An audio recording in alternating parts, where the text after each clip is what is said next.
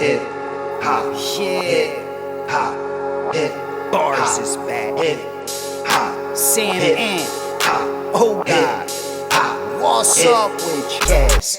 Hip hop uncensored is the vibe, so subscribe. Hip hop uncensored is the vibe, so subscribe. Oh God, driving Sam and riding passenger side, and you heard it out the mouth of the greatest rapper alive. Life is good. Yeah, well, today we got one for you because this is a story that we covered earlier, in the year. We talked about it. So today, let's talk about the development in that story. Now, religious leader Bishop Lamor Whitehead, a lot of people call him prosperity preacher, whatever you want to call him. He was actually arrested today by the feds. Now, federal prosecutors said that Whitehead was indicted on one count of extortion, 2 counts of wire fraud, and 1 count of making material false statements. Now, he faces up to 65 years in prison. Now, they broke a couple of the instances down, and they said that it was the incidents where, and this is all alleged, right? This is what the feds are saying about him, right? That he fleeced a church member out of $90,000 from her retirement savings under the guise of buying a home. They said he used that $90K to buy luxury items, including clothes. Right now, furthermore, they said he used his power to extort a businessman for $5,000. And he also said that he also got somebody else out of $500,000 apparently for a real estate business. Those are just a couple of the things that they mentioned that he did. No more mentions in that particular article, but they got some stuff on him. They're trying to go after this guy. And, I thought that they was getting him when I first seen it. I thought that whole robbery thing was a fake. Like, I don't know. Like, I thought they was getting him for setting that up at first, but that wasn't the case. Right. There's particular members in his church that he supposedly defrauded out of money. What's your thoughts, man? I can't say this ain't I can't say I didn't see this coming.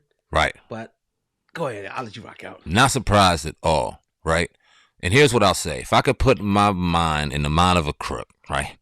The last thing I'm going to do if I'm going to be cheating people out of money is begin flaunting and promoting and flashing things on the internet. And it was right around the time this brother started flashing on the internet, around the robbery time, and we see them nice ass seats in that Bentley he driving in, and thousands of dollars of jewels he has on, and the designer glasses and the nice teeth and shit and all the stuff that he was flashing and promoting as a pastor. It's like, bro, where you getting? First off, I'm not trying to count your pockets, but obviously the IRS is. Where you getting this money from? And secondly, how dare you promote it as a pastor and as a preacher? You could do what you want with your money if you out here and you got a construction job and all this shit, but you a pastor and a preacher. There's only one way you get money, bro. And then to find out what you're doing and how you're doing it and how you're getting it, I have no mercy for people that can scam people that put their hard-earned money into their faith, because we've seen it happen numerous times. I have no mercy for people and what happens to them when that kind of thing happens. All of this is alleged, innocent until proven guilty. If in fact he is proven guilty, going behind bars for tax evasion, I'm not you laying up. You ain't sitting in no maximum security type prison. You be all right.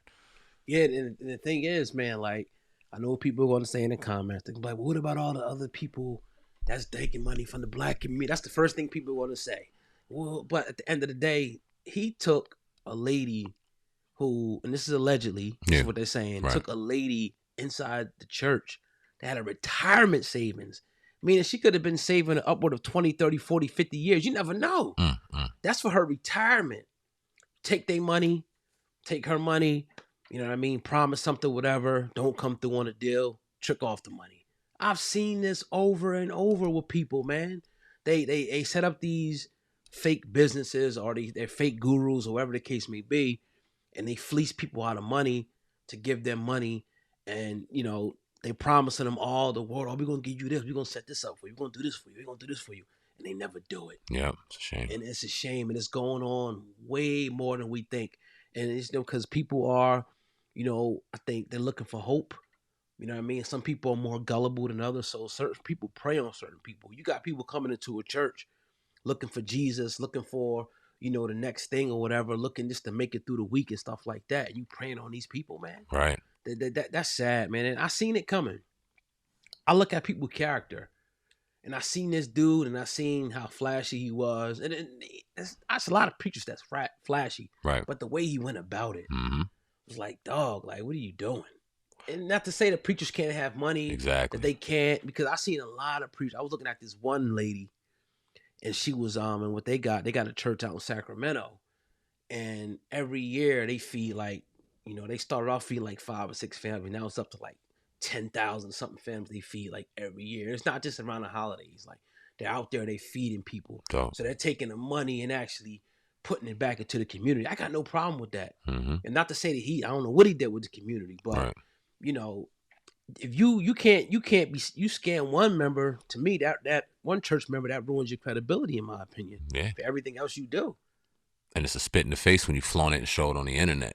Right. That's just a whole nother level of ignorance and disrespect to the people who come to you to seek faith, to seek guidance, to seek a different way out here in this shitty ass world. Some people out here in our community, and we know it, look forward to Sundays because that's the only day they actually have hope in a shit world. Right. Monday through Friday, and then dealing with bills and nonsense on Saturday. So it ain't cool, man. It's not cool. Like you said, I'm glad you said it. I'm not saying preachers, pastors, people that work in the community for the church don't deserve compensation, because they are putting in a service for the community and they deserve to be compensated for it. But when you start scamming Right. your people, when you start taking people's retirement funds or scamming businesses, now that's a whole different level of disrespect. And 65 years is a very long time for anybody to sit behind bars. I'm not advocating for 65 years. I'm not going to put a number on it. But if he does, in fact, get punished for this crime, I would love for him to give that money back to these people and then take it from there.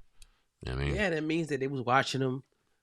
Whatever reason he came onto their radar. I don't know at what point. They ain't put a lot of information out about it, but they was watching him, and that means they were watching certain things that went on. They probably started getting complaints about people. Right.